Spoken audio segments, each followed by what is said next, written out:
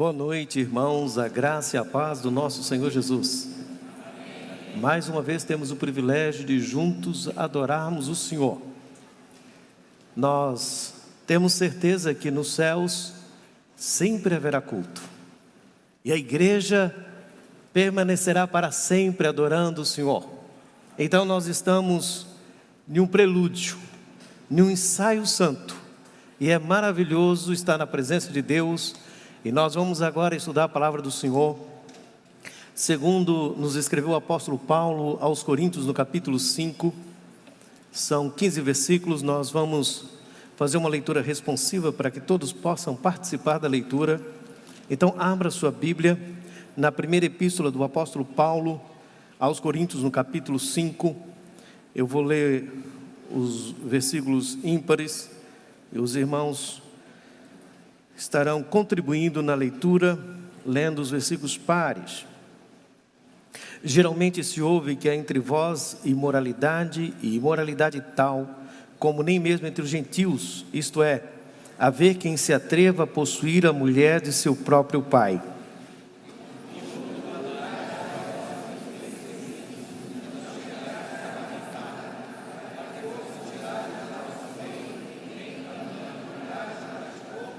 Eu, na verdade, ainda que ausente em pessoa, mas presente em espírito, já sentenciei, como se estivesse presente, que o autor de tal infâmia seja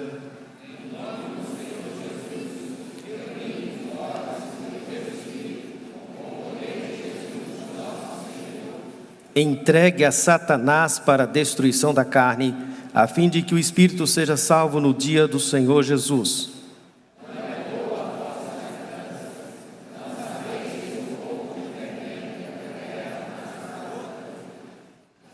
Lançai fora o velho fermento, para que sejais nova massa, como sois de fato sem fermento, pois também Cristo, nosso Cordeiro Pascal, foi imolado.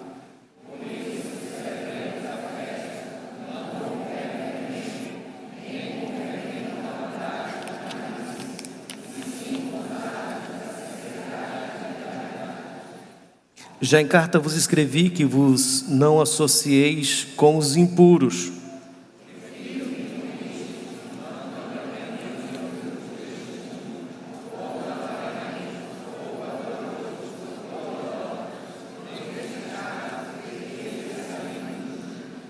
Mas agora vos escrevo que não vos associeis com alguém que, dizendo-se irmão, for impuro, ou avarento, ou idólatra, ou maldizente, ou beberrão, ou roubador. Com esse tal, nem ainda comais.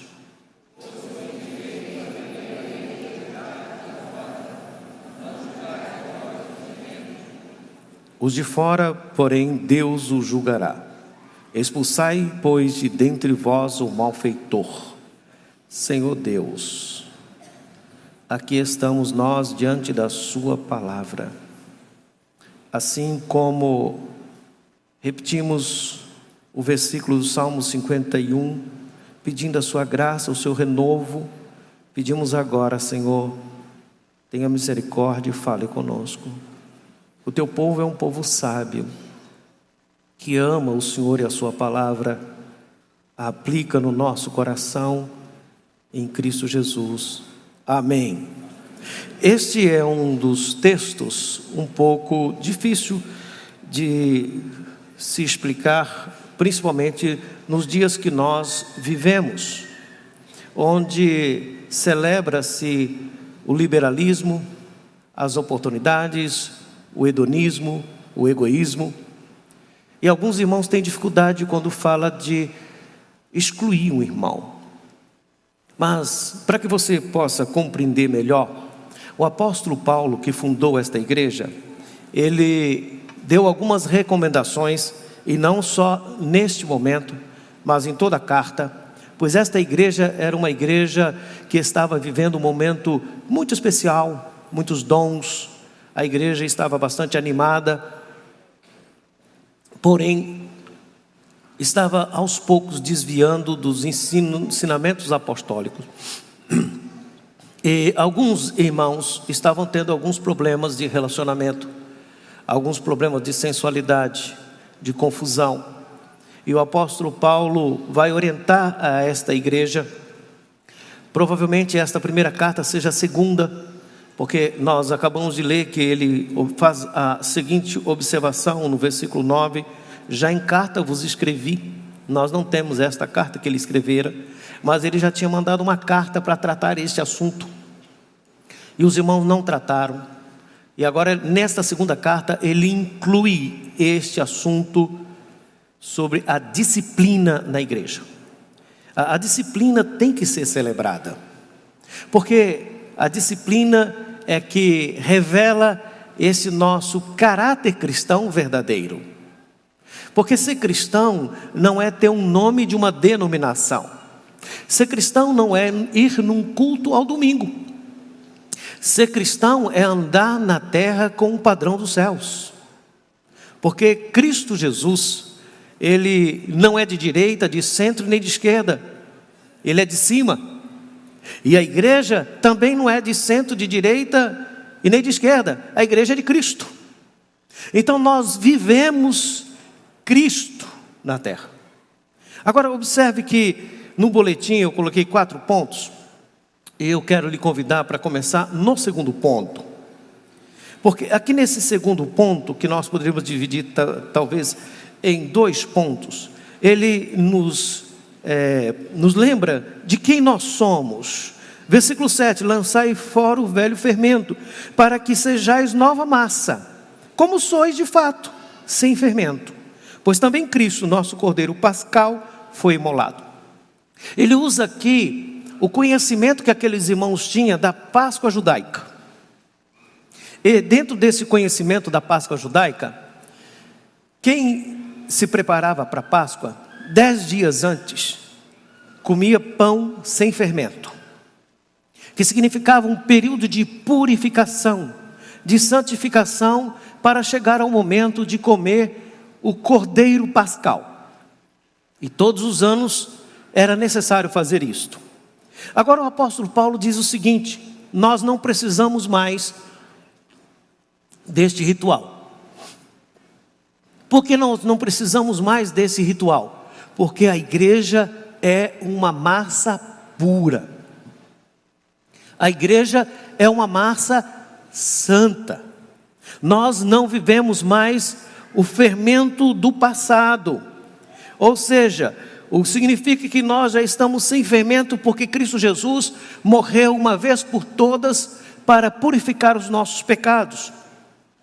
E muitos cristãos concordam com isto e oram a Deus para que o Senhor perdoe os nossos pecados.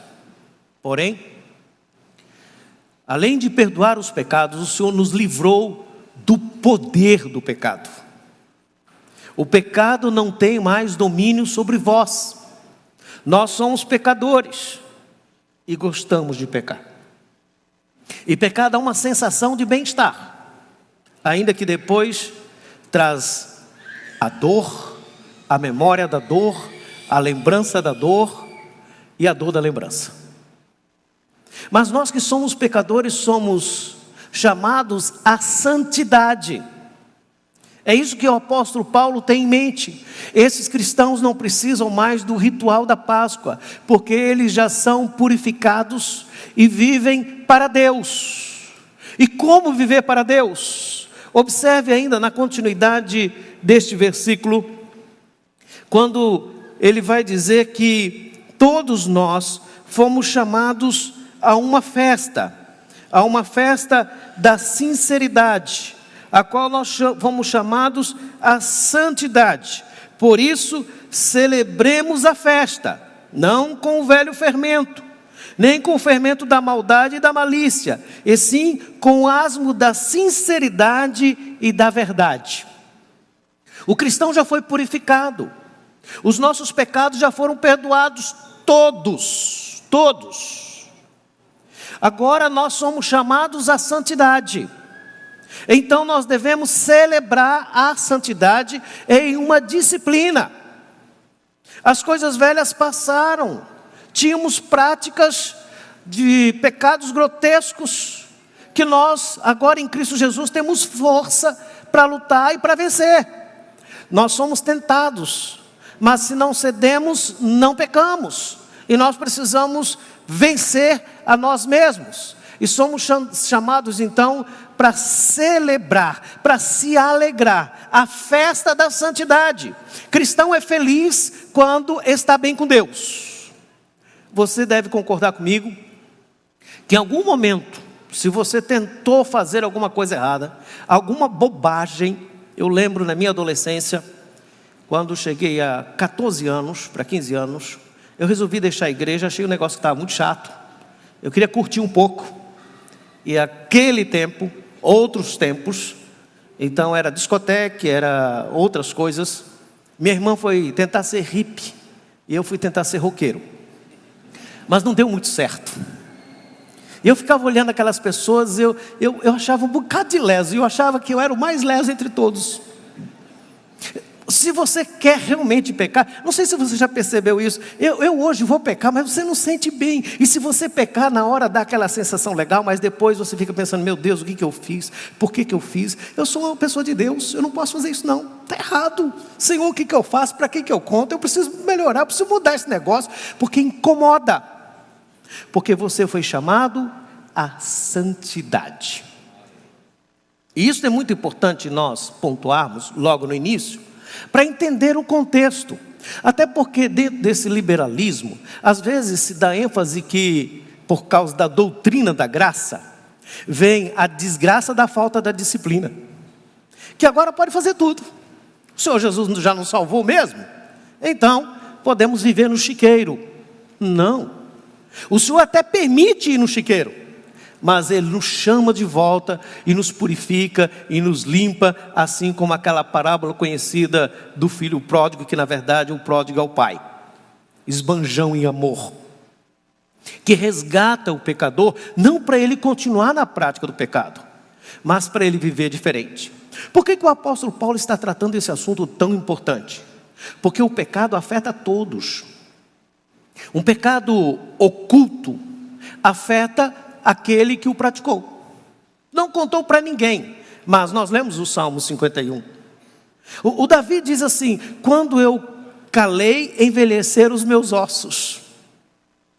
O pecado persegue. O pecado é como um bichinho de estimação criado com muito carinho e com muito afago, que ele cresce e come o seu dono. Ele destrói. Agora, o pecado público é escandaloso, porque ele afeta o bom nome de nosso Senhor.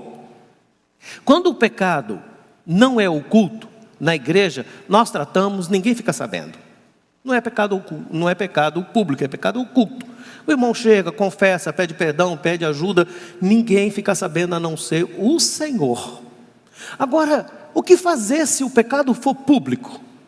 O que fazer se um líder influente comete um pecado que escandaliza o nome do Senhor? E se o irmão for rico? O que a igreja deve fazer? Nós devemos tratar ou não? Ou devemos colocar panos quentes? Deixa para lá esse negócio. Vamos fazer de conta que nada aconteceu. Meus irmãos, a igreja do Senhor Jesus é chamada à santidade. E não é permitido, não é correto, não é honesto esconder pecados. Se nós somos uma voz profética no mundo contra a perversidade do mundo, devemos ser uma voz profética para a santidade dentro da igreja. O que estava acontecendo, a qual o apóstolo Paulo escreve aqui no capítulo 5? Um irmão passou a ter relacionamento com a sua madrasta. E todos ficaram sabendo. Ele estava tendo a mesma mulher que o seu pai. E isso era um escândalo. E o apóstolo Paulo então vai tratar esse assunto, dizendo a eles o seguinte: que há entre eles, e está se ouvindo isto, uma imoralidade tal, que nem entre os gentios era admissível. Os gregos e os romanos não eram moralmente puros. Havia muita imoralidade, mas não escândalo. Eles toleravam muitas coisas, mas até hoje a sociedade tolera muitas coisas, mas não de um crente. Alguém até vai dizer, mas não é crente? Não é pastor? E por causa do escândalo, é que o bom nome de nosso Senhor Jesus é vituperado. Então, precisamos tratar com seriedade, firmeza, segundo as Escrituras, o pecado público. Então Paulo vai nos ensinar como devemos tratar tal pecado. Ele vai dizer que o pecado é como um fermento, versículo 6. Não é boa a vossa jactância, não sabeis que um pouco de fermento leveda toda a massa? O que ele está dizendo que há uma certa soberba da igreja. O pior é que a igreja não tratou o problema, talvez fosse um irmão muito influente, e ainda se orgulhava. E alguns até usam certo orgulho para dizer Deus é amor, e por causa do amor, tudo é permitido. É porque Deus é amor que existe disciplina, porque sem disciplina não há amor. O amor nos chama a uma vida de santidade, e não podemos perder de vista, porque o nosso objetivo como igreja presbiteriana de Manaus não é número. Nós não estamos preocupados se haverá um acréscimo de 50% até o final do ano e de mais gente chegando. Nós não estamos divulgando números, nós não estamos preocupados com o dinheiro dos irmãos, nós não estamos pensando em riqueza. Nós queremos em Cristo Jesus um avivamento, e um avivamento é de pessoa séria, gente que ama Jesus de verdade e que vive santidade. Do outro lado, também não pode exagerar. Não é nosso caso e caso da igreja jamais será de ficar tratando os assuntos particulares dos irmãos, como se estivesse mandando na vida de vocês. Com quem que a moça vai namorar? Com quem que o rapaz pode orar? O deve ou não fazer esse ou aquele trabalho? O que é restrito é restrito. Porém, como igreja do Senhor Jesus, nós esperamos que sim, haja crescimento, que os grupos familiares cresçam, que se multiplique e que cresça para multiplicar. Mas nós queremos uma igreja que zele pelas Escrituras, que ame a palavra de Deus e que viva em santidade e que haja disciplina. Mas e se alguém não gostar da disciplina? Não fica. E se não ficar, não tem problema. O que nós queremos é que fique, mas fique em obediência à santa palavra de Deus, não aos homens, não à doutrina de homens, não há manipulação de massa, mas há uma vida de santidade. Porque o pecado é como fermento. O que significa isto? Se você fermenta uma massa, aos poucos ela vai fermentando. O pecado é assim, é apenas um pecadinho, é só um momento de flerte, é um certo flerte com o pecado. E ele faz cócegas no ego. E aparentemente é muito bom. Daí a pouco, você fica viciado no pecado e tem que voltar a pecar. E aí você promete, nunca mais eu peco. E peca de novo. E quando você peca de novo, o diabo coloca o dedo no teu nariz e diz, você não consegue. Você não presta. Você não tem jeito. E aí você vai diminuindo diante da graça de Deus. Eu aconselhei um jovem uma vez, quando eu trabalhava com jovens, e ele abriu o coração, nós oramos, nós conversamos, ele chorou, e quando terminou eu levantei, dei um abraço nele, ele disse, pastor, eu prometo para o senhor nunca mais pecar. Falei, senta, vamos conversar de novo. Ninguém pode prometer que nunca mais vai pecar, mas nós cremos em Cristo Jesus que podemos pecar menos, que podemos nos esforçar para uma santidade mais profunda, por amor a Jesus. Mas se nós não cuidarmos quando o pecado é pequeno, ele tornará um dia público, ele vai lhe matar, e nós achamos que não, ninguém vai descobrir, ninguém sabe disto, e há certa esquizofrenia. Tem alguns cristãos que na igreja são cristãos mesmo, mas em algum momento só, e aí se diz que caráter se conhece sabendo o que a pessoa faz quando está sozinha. É quando ninguém vê. E tem algumas pessoas que vivem essa esquizofrenia. Está na igreja, ama Jesus, mas vive prisioneiro do pecado. E isto não é graça. Isto é desgraça total. Agora, o pecado deste relato é um pecado tido no conceito de moralidade como um pecado bastante sério. Ele estava possuindo a madrasta. Ele estava tendo um relacionamento dentro da própria família. E tem algumas coisas que realmente nos deixam indignados, como pedofilia, que acontece todo o tempo e quase em todos os lugares. Eu trabalho com indígenas e isso acontece também entre indígenas. Como nós devemos tratar o pecado? Antes de falar de como Paulo diz para tratar este impenitente, eu estou dizendo como tratar o pecado do coração. Porque é possível que o diabo tenha colocado uma fagulha no teu coração e esteja soprando para pegar fogo, para tomar conta, para azedar a sua alma, para destruir a sua família, para destruir a sua vida e para acabar com você. Eu espero que, se isso estiver acontecendo em algum grau, seja hoje o dia da oportunidade de um avivamento pessoal, de um arrependimento diante do Senhor e de uma mudança de atitude, de pedir um socorro de Deus e pedir: Senhor, me ajuda, tem misericórdia de mim. E como então o apóstolo Paulo vai tratar tal assunto? Ele vai não trazer um padrão moral, porque o que ele diz é que o pecado é algo que cresce, é como um câncer que vai tomando conta, mas é preciso tratar, é preciso trazer a público o pecado que foi cometido publicamente. Se o pecado é escandaloso para a sociedade precisa saber que a igreja trata e corta, se for preciso, num ditado popular, na própria carne, seja quem for. Porque a igreja não é minha, a igreja não é do pastor Francisco, não é do pastor José Nery, não é do conselho, a igreja é de Cristo Jesus. E por isso que ela é chamada à santidade, ao abandono do pecado. Porque a maior cura que nós recebemos foi a salvação. Agora que fomos salvos, não podemos viver na prática do pecado.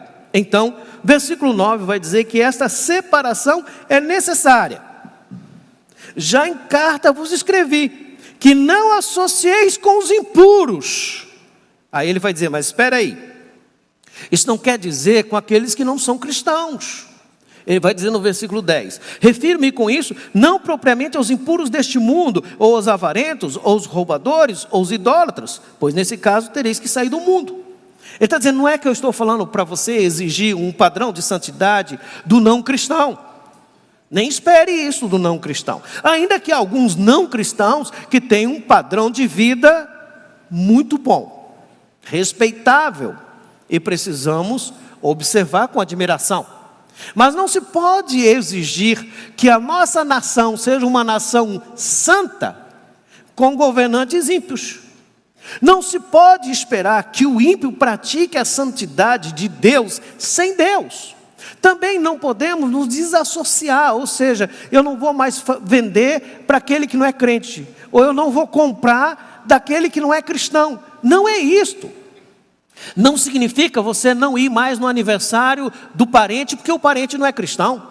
Não significa você não conversar mais com alguém porque ele bebe. Você não bebe, mas conversa. É a oportunidade de evangelizar. Não é desassociar, desassociabilizar, não é quebrar relacionamentos de amizade, de famílias, não é isto. Não é criar animosidade com as pessoas. Não é praticar abuso religioso. Não é fazer desmerecer alguém ou alguma atitude. Não é praticar abuso no trabalho. de tentar humilhar alguém, de jeito nenhum. É respeitar o seu patrão, ainda que ele não seja cristão. Mas por você ser, não é nada disso. O que ele vai dizer é o seguinte: é quando o que acontece é dentro da igreja. Versículo 11: mas agora eu vos escrevo que não vos associeis com alguém que, dizendo-se irmão, for impuro ou avarento. E aí nós precisamos pensar nisso. Ou seja, aquele que é suvina, aquele que não contribui, aquele que não é amoroso para compartilhar, aquele que não se importa com os outros, aquele que faz do dinheiro o seu regalo, que faz do dinheiro o seu Deus, deve ser disciplinado. Acho que nunca houve disciplina nesse caso, né? Alguma coisa para a gente pensar no conselho depois. Ou seja, o que ele está dizendo é: quando um irmão vive a prática pecaminosa e não se arrepende, e continua na prática do pecado, nem comais com este, nem vá à festa do aniversário dele. Ele precisa perceber que não há comunhão do santo com o profano. Há um ditado antigo que mamãe dizia: me diga com quem tu andas e eu lhe direi quem tu és. Então, se você vive uma vida irregular, não faça uma festa e chame os pastores e tire uma foto para botar no Face e dizer: olha, eu estou bem na foto. Porque não é o que o pastor consegue observar, é o Deus que vê o seu coração, é o Deus que vê o que você faz no escuro, é o que você faz à escondida. É a Ele que você se apresenta. E se o pecado é oculto, corra, se arrependa, se arraste, se jogue no chão e pare de tal impureza e volte à santidade, porque você serve ao Deus santo, santo e santo. Então é neste caso, é o caso daquele irmão que vive no pecado, na promiscuidade, e achando que está certo. E depois de advertido, depois de aconselhado, não muda. Ora, este não está deixando Deus, está irritando Deus. E o que é que vai acontecer? Como tratar deste? Aí então fica mais fácil agora a gente entender o versículo 5. Que ele diz o seguinte: entregue a Satanás para a destruição da carne, a fim de que o espírito seja salvo no dia do Senhor. O que ele quer nos dizer isto? É o seguinte: são pessoas que não deixaram Deus, mas Deus deixou essa pessoa fazer o que quiser, e isto é juízo de Deus. Quer pecar? Quer pecar? Vá, experimente. Ou você acha que pela prática do pecado o diabo vai te favorecer? Vai fazer algum acordo com você? Você que foi chamado das trevas e foi transportado para a maravilhosa luz, para festejar, não agora o pão com fermento, mas a massa pura, da qual você foi purificado, apesar de ser pecador. Mas você quer viver a prática do pecado? De novo, você insiste, achando que Deus vai ficar cansado e vai deixar você fazer o que quiser.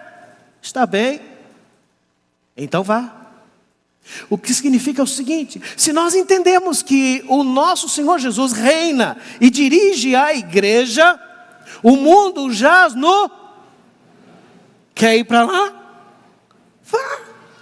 Não é colocar a mão na cabeça de alguém e dizer: Senhor, entrego essa pessoa a Satanás.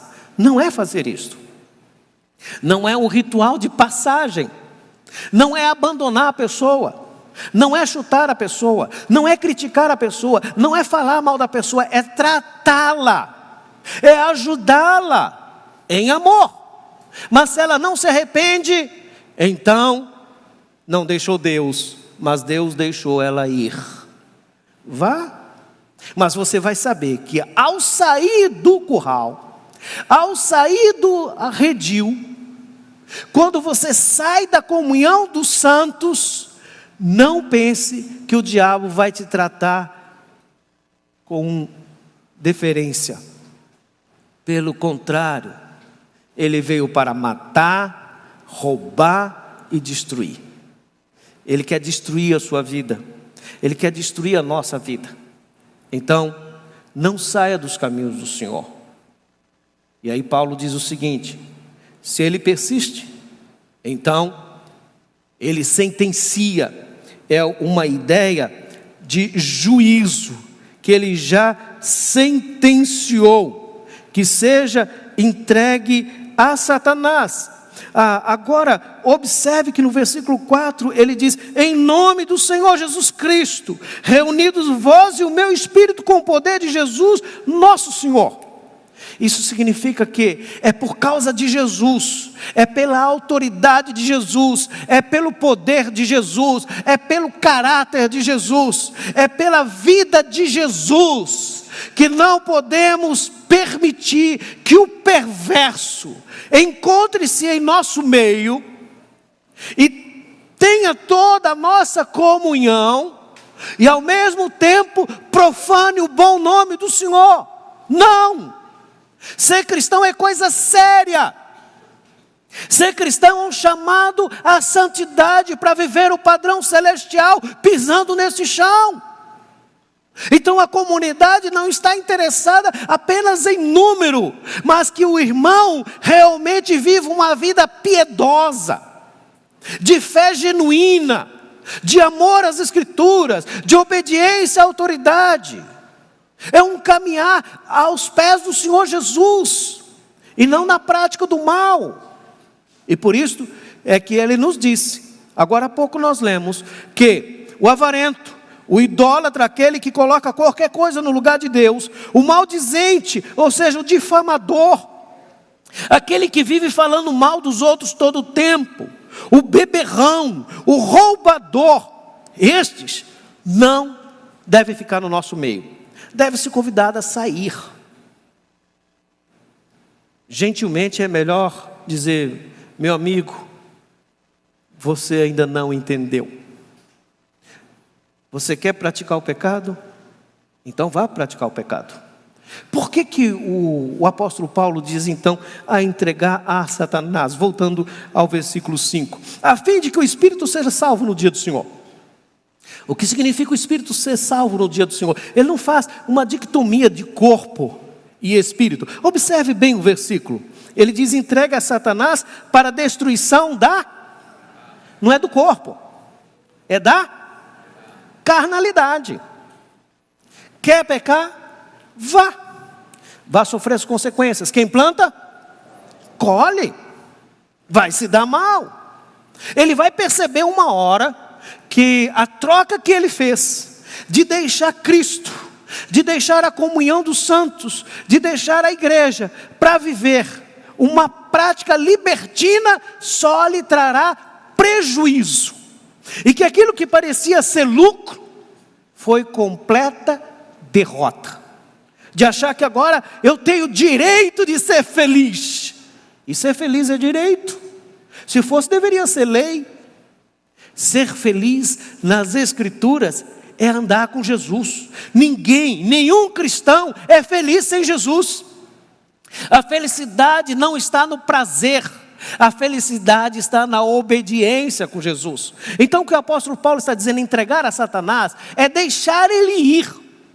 Porque lá fora ele vai apanhar, ele vai aprender, ele vai perceber um dia, uma hora a ficha vai cair. Ele vai descobrir que o pecado é caro e não vale a pena o investimento. Eu estava conversando com um marinheiro, ele disse: pastor, o pecado é caro. Eu falei: é verdade, meu filho, a Bíblia diz que o salário do pecado é a morte. Ele disse: não é isso que eu quero dizer, pastor. Eu quero dizer que para pecar é muito caro. Ele falou: se eu quiser prostituir, eu pago. Se eu quiser droga, eu tenho que pagar caro. Se eu quiser beber, eu pago caro. Tudo é caro. E aí depois eu tenho que comprar remédios. Fica muito caro pecar. Mas tem muita gente gastando o último centavo num pecado caro. E não celebra a santidade em casa, não celebra a pureza, não tem prazer de olhar no olho da esposa, aquela jovem a qual o Senhor lhe deu há anos atrás, e continuar dizendo: eu te amo da mesma forma. Não tem tempo para os filhos, numa convivência cristã, não ora para a família, não tem tempo para conversar, mas tem tempo para as redes sociais, tem tempo para a conversa fiada, tem tempo para mentira, tem tempo para tantas outras bobagens. Meus irmãos, nós precisamos de uma mudança neste país, e a mudança neste país não é instituição, não é nome e placa de igreja. A mudança que nós precisamos é de um avivamento sério, e não de um movimento que promova alguém. E avivamento é arrependimento, é chegar diante de Deus e dizer: eu pequei. Eu fui intermediar um conflito indígena, e foi bastante complicado, houve morte. E um grupo dizia-me: pastor, o senhor fica tranquilo, porque eles vão vir de flecha, eles não sabem, eu tenho arma de fogo, dá uma olhada nas minhas espingardas. E o outro grupo dizia: pastor, fique tranquilo, não vamos chegar perto, lá tudo é capinha, a gente mete fogo de longe. Eu passei 2 dias conversando com eles, e pedi ao Senhor da graça. E no segundo dia, já à tarde, depois de conversar, de ouvir, eu já não tinha mais argumentação. Reunimos os irmãos, e eu disse: meus irmãos, nós pecamos. Talvez eu tenha falhado, e eu quero pedir perdão. Como pastor, eu poderia ter vindo antes. É verdade que vocês já falaram mal de todo mundo. Eu penso que vocês têm razão no que estão falando, eu acho que as pessoas pecaram mesmo. Mas eu queria fazer uma pergunta agora: será que você pecou? Será que você poderia ter feito diferente? Será que você não poderia ter pedido primeiro a direção de Deus? Eu falei: eu queria fazer uma oração. Aí comecei a orar e eu disse: Criador, nós estamos aqui, mais ou menos com essas palavras. O Senhor sabe tudo o que aconteceu, o Senhor viu e ouviu tudo o que nós falamos, e todos pecaram. Mas será que eu pequei, Criador? Olha no meu coração, vê se tem algum caminho mau, me ajuda. E um indígena se jogou no chão, ele dava murro no chão, ele gritava: eu pequei, eu pequei, eu pequei. E houve um grande quebrantamento aquele dia, e o Senhor tratou o problema. Mas quando nós achamos que o pecado é do outro, que quem corre perigo de ser denunciado é o outro, que quem corre perigo de ser um perverso é o outro, nós não entendemos que quem precisa de ajuda somos nós, que o problema não está no outro. Porque é muito fácil olhar esse texto e dizer: eu conheço alguém assim, eu conheço um pedófilo que precisa ser denunciado, e eu afirmo: denuncie. Já denunciei. E talvez você conheça alguém muito mal que precisa ser confrontado, confronte-o. Mas não espere que o seu pecado chegue ao público, não espere que o seu pecado torne um escândalo, para que o conselho precise tratar o assunto e que a igreja fique sabendo. Não há prazer nenhum no conselho de expor nenhum irmão. Nenhum pastor tem prazer em falar: olha, alguém, fulano, agora é excluído. Mas o apóstolo Paulo diz: se for necessário, exclua. Ele vai dizer isto, observe. Ele vai terminar esse texto dizendo, versículo 12: pois com que direito haveis de julgar os de fora? Não julgais vós os de dentro. Os de fora, porém, Deus os julgará. Expulsai, pois, de entre vós o malfeitor. Ele é radical. O apóstolo Paulo é radical contra o pecado. Expulsai o malfeitor. Mande embora.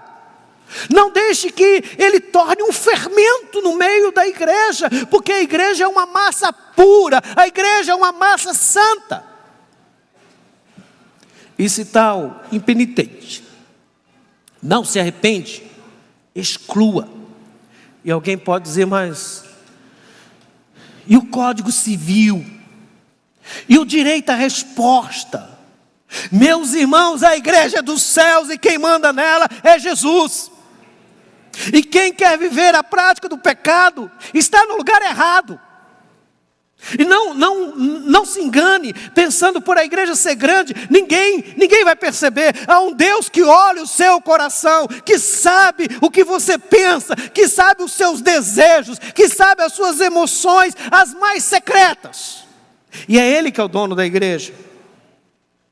Não corra o risco de deixar servir os caminhos do Senhor e o Senhor deixar você ir para que Satanás destrua a sua carne, quer seja um momento ruim físico, psicológico, mental, ou seja lá o que for, para você voltar ao arrependimento. Arrependa agora, peça ajuda agora, procure aconselhamento hoje, se converta o seu coração ao Senhor, mesmo que você esteja convertido ao coração do Senhor. Converta o seu coração ao seu filho, converta o seu coração à sua esposa, converta o seu coração ao seu esposo, converta o seu coração diante de Deus. Não deixe que um pouco de fermento comece a azedar a sua alma, achar que você tem razão. Todas as vezes que um homem me procura e diz, olha, minha esposa está querendo separar de mim, eu logo percebo, é ele querendo separar dela e arranjando uma desculpa. E teve um irmão que ele disse, pastor, mas eu preciso de trocar de mulher. Eu falei, não meu filho, você precisa de trocar de homem. Você precisa ser um novo homem. É isso que nós somos chamados, a viver o que somos, uma massa pura. Uma pessoa transformada por Jesus. Porque meus irmãos, show está cheio por aí. Pastores estão sendo levantados por homens em todos os lugares. Igrejas e placas são criativos para colocar todos os nomes. Mas isso não basta, porque o nosso país tem o maior número de evangélicos nos últimos anos, mas não mudou nada. O que é preciso é um cristianismo que transforme, que mude a sociedade. Mas para que haja diferença na sociedade, precisa ter diferença no nosso coração. E não se engane achando que por ser presbiteriano somos predestinados e podemos fazer qualquer coisa e podemos praticar qualquer coisa. Meus irmãos, nós fomos chamados muito mais do que ser presbiteriano. Nós fomos chamados para sermos santos, para que haja um avivamento de Deus no nosso coração, de um arrependimento sincero, genuíno, para viver Jesus. É isso que o apóstolo Paulo está ensinando. Ele não está simplesmente mandando alguém embora, ele está ensinando uma igreja o caminho da santidade, a celebração da disciplina para uma festa santa na Páscoa de que Cristo Jesus morreu, ressuscitou, está vivo para nunca mais morrer. E Ele anda e vive conosco. E aí eu quero concluir, porque nós vamos orar. Muitas vezes nós terminamos o culto e perguntamos quem quer entregar a vida a Jesus. Eu não vou perguntar se alguém quer entregar a vida a Jesus. Você entrega a vida a Jesus mesmo que eu não pergunte. Mas eu quero lhe perguntar, acaso algum pouco de fermento que foi germinado nessa sua massa pura que Jesus purificou e que você achou que não tem problema?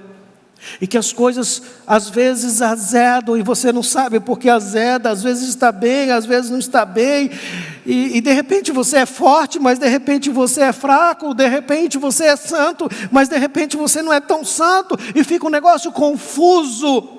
Eu quero orar por você, eu quero orar com você, eu quero te chamar a ter coragem de se expor e dizer, eu preciso de Deus. Eu não quero que você venha contar os seus pecados aqui, agora. Não teríamos tempo para tanto. Mas eu queria orar por você, para que você saia daqui hoje sabido que o Senhor Deus vem ao seu encontro, porque Ele não quer que você seja excluído, Ele quer que você seja incluído. Ele não quer que você continue sofrendo as consequências do pecado. Você já foi livre do pecado e livre do poder do pecado. Mas se tem alguma coisa incomodando o seu coração, quer seja sentimental, quer seja relacional, quer seja sexual, quer seja de qualquer outro caráter, mas que não seja o caráter de Cristo, eu quero orar por você. Não deixe Satanás te esperar do lado de fora. Ele está te esperando lá fora. Ele quer destruir a sua vida. Se tem alguma coisa que você ainda não entregou a Jesus, eu quero lhe convidar, sai do seu lugar, vem aqui à frente. Quero orar com você. Quero lhe convidar a um passo de arrependimento verdadeiro, de santidade pura, pedindo a ajuda de Deus. Tem alguém? Se tiver, sai do seu lugar. Nós rogamos por um avivamento sério, por uma igreja séria, uma igreja santa, que ame o Senhor e que o ame de todo o coração. Fale para Deus. Qual é a ajuda que você precisa? Qual é o conflito que você enfrenta? Qual é o problema que Satanás está usando para te machucar, para ferir o seu coração?